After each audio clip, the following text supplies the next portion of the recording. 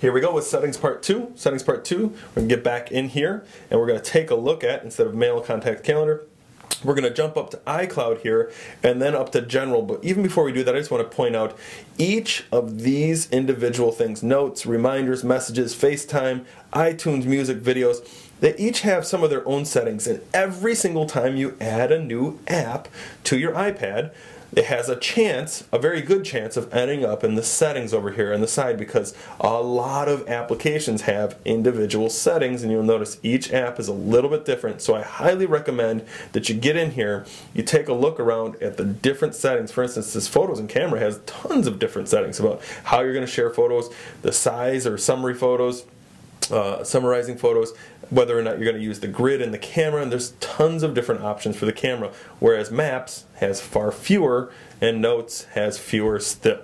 But each one has its own, so get in there and take a look.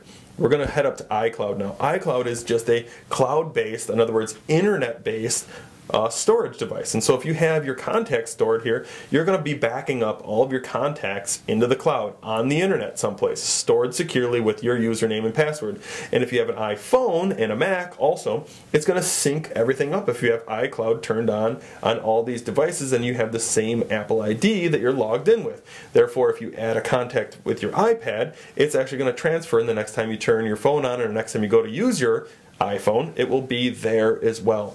I use mostly my Google contact information, so sometimes I don't turn my contact information on. And calendars, I use a different kind of syncing. And reminders, I don't want to sync up reminders either, and I don't want my Safari stuff set up either, because I typically use Chrome anyways. But the thing that I absolutely want on is Find My iPad, so that if I lose my iPad, I can go to iCloud.com, log in with my Apple ID, and it will put a little GPS map on there with a little blinking indicator about where my iPad is. It will even give me the opportunity to set an alarm on it so that it will start beeping, so that I can find it more easily if it's hiding underneath my couch someplace, or if my bed ate my iPad, and I can make it beep and find it. So it's a really nice way of locating your iPad.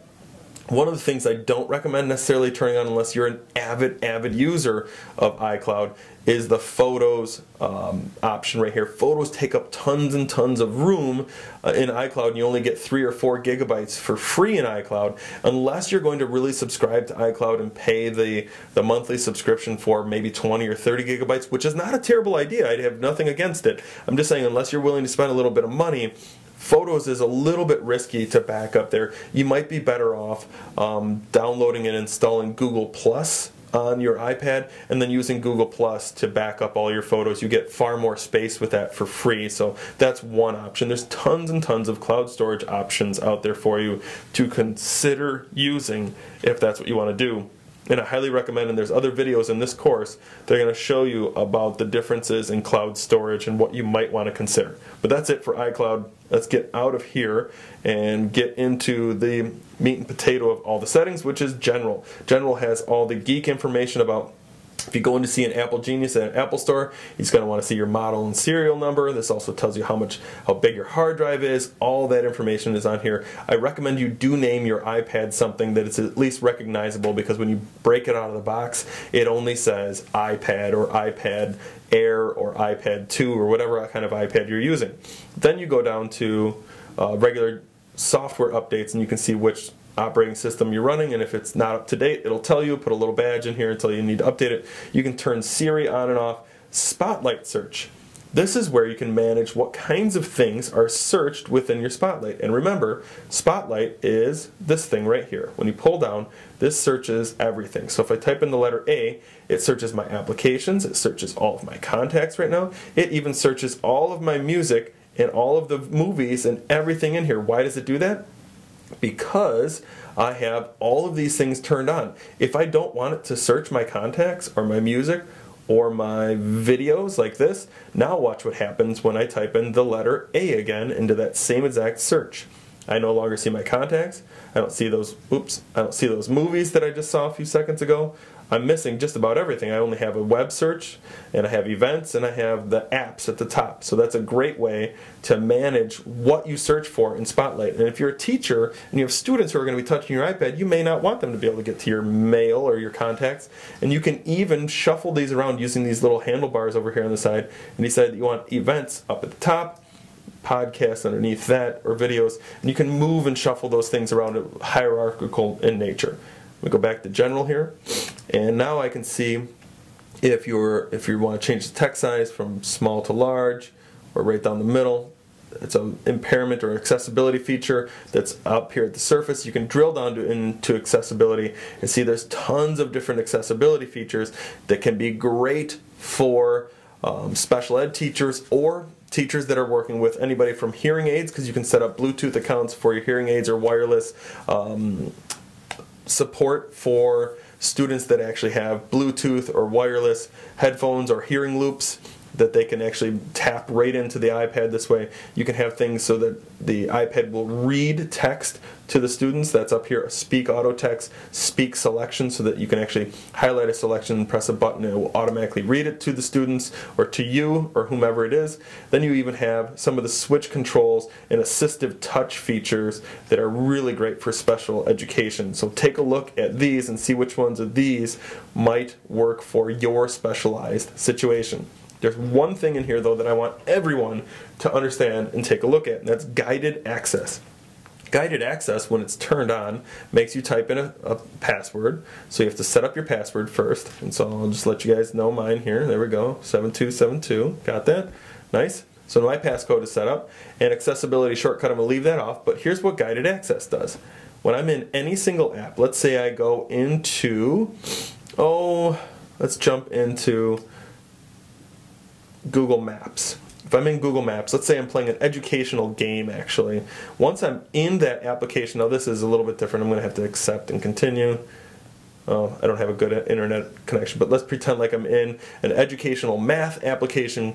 The iPad is running this math app, and so I want to be able to hand this iPad over to a student to use, but I don't want them to get out of this application and go to something else. All I have to do is triple press that home button on the side, 1, 2, 3, and now it says, do you want to start guided access right here? And I say, yes, I do. Start from up here. You can also pick some of these other options down at the bottom, but hit start, and now it has started guided access. I can't leave this application by shooshing it. I can't swipe back and forth. I can only stay in this application. If I was in a math app, I would still be able to play around with and work within this math app, but it's not letting me do anything because this app is unfortunately just not participating. But if I triple press the home button again, it's going to make me type in that password just to get out of guided access, and now I can get out of guided access and get out of this application. So it's a wonderful, wonderful way to set up setters, maybe in your classroom if you're teaching, if you're a kindergarten teacher, and even if you're a second grade teacher, if you want students focused on a single application where you know that they're not messing around, they're not doing things they're not supposed to be participating in. It's a great way to set that up with the guided access. We'll get out of this part. I'll go back to general. So there's accessibility. Multitasking gestures, that's part of what I was just showing you. So there's 3 different multitasking gestures. One of them is the shoosh. That's this one right here where you can pull it down like this. You can play how far can I pull it down before I can bring it back open, but once you shoosh it all the way, you can't unshoosh something. It just messes with and does nothing.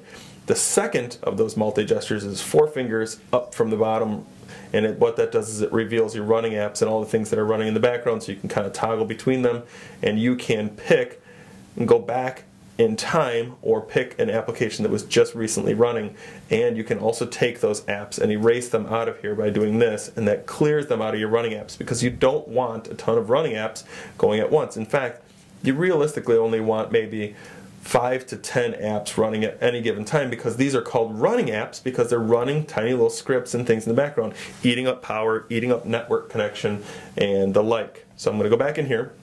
So that was the second. So you had the shoosh, 4 fingers up, and now you have 4 fingers over. Just takes you through those same running apps that you saw in the running app section. So if I go like this, this just slides me from app to app that I was just recently in. This on the side right here is just controlling this little side switch that you have up on the side. I don't know if you can see my finger, but you know it's right up by that screen on lock on off button, and I talked about it in a previous video, but it has a little toggle switch right here. You can choose what that does. And remember, anything that you do with that toggle switch, the opposite is accessible right here. So even if I make that toggle switch, do the volume, this will be lock, unlock, rotation here down on the side. Now I have usage. You can see how much storage you have, how much battery percentage you have left by turning it on or off right here, and this is all the different storage from all the different applications. You can see my phone camera is already eating up 1.6 gigabytes. You can see which apps are hogging up your iPad. Backup or background app refreshing, you can change how often they do that. Auto lock, you can decide how often do I want my iPad essentially to go to sleep. And if you're an educator, you really don't want it happening every 2 minutes because you're probably walking around helping students, so give yourself at least 5 minutes. I typically advocate for around 10 minutes, and I myself almost always leave it on 15 minutes. The never is definitely dangerous because you can walk away and forget about your iPad, and then if you come back 2 hours later or 4 hours later, it might be completely and totally dead if you make your screen never shut off. Down here are the restrictions then, and the restrictions are you can enable restrictions. You have to type in your password. Now the next time you come back in here, you have to type in that same password. These are restrictions for what are you allowed to do, and I would advocate that you turn off in-app purchasing. Otherwise your students or your nieces or nephews can be in an application and pick or poke one of those buttons that say buy a new cow or some hay for the cow for 99 cents, or buy this next app made by the same company for $2.99, and if that's considered an in-app purchase, and unless you turn that off, they can purchase that many times without even having to type in that password that you have already set up. So that's a very, very dangerous feature. Make sure you turn that off. Installing apps, maybe you don't ever want students to install or delete apps. Installing apps you don't have to worry about typically because you have that password that you have set up there, which is this required password for any of this music or content down here, but you'll also have that app password that you have set up where when you try and install an app, it's going to ask you for your password. But you can turn off installing apps altogether, so you can't install no matter what. You could even turn off Safari and iTunes. Maybe you don't want students using iTunes. But those are all the different features that you can turn on and off. And a lot of people I've gotten phone calls about, I can't delete any apps. Well, we discovered that they had accidentally turned on that feature where you can't delete any applications. Down here, these are the content ratings for TVs and shows when you go shopping. So if you have kids and you want them to be able to download movies, but you only want them to be able to download PG or better, you go right here and pick on PG. So now R, NC-17, and all movies are not allowed. So you can't even go to the iTunes store and download a rated R movie on my iPad anymore because I have that restriction set in there. And you can do all the same things with all these different options, including Siri, websites, and the like. And then down here you have location services again, and you have a lot of different privacy settings for reminders, photos, Bluetooth sharing, tons and tons of things. And I highly recommend you take a look at these. For instance, you can say I don't want to allow changes from any kind of advertising or on any kind of advertising lists. So then we have accounts, backup, background app refresh, volume limits. You have tons and tons of different restriction features in here once you enable your restrictions.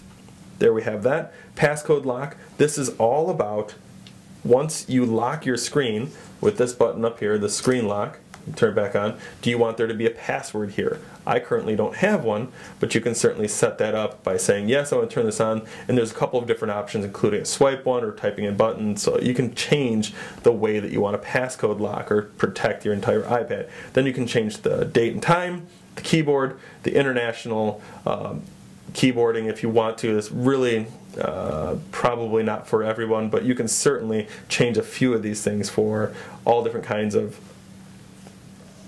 different, maybe bizarre options, but the options are there at least. You can decide whether you want your iTunes to sync over Wi-Fi or only if it is connected through a hard line.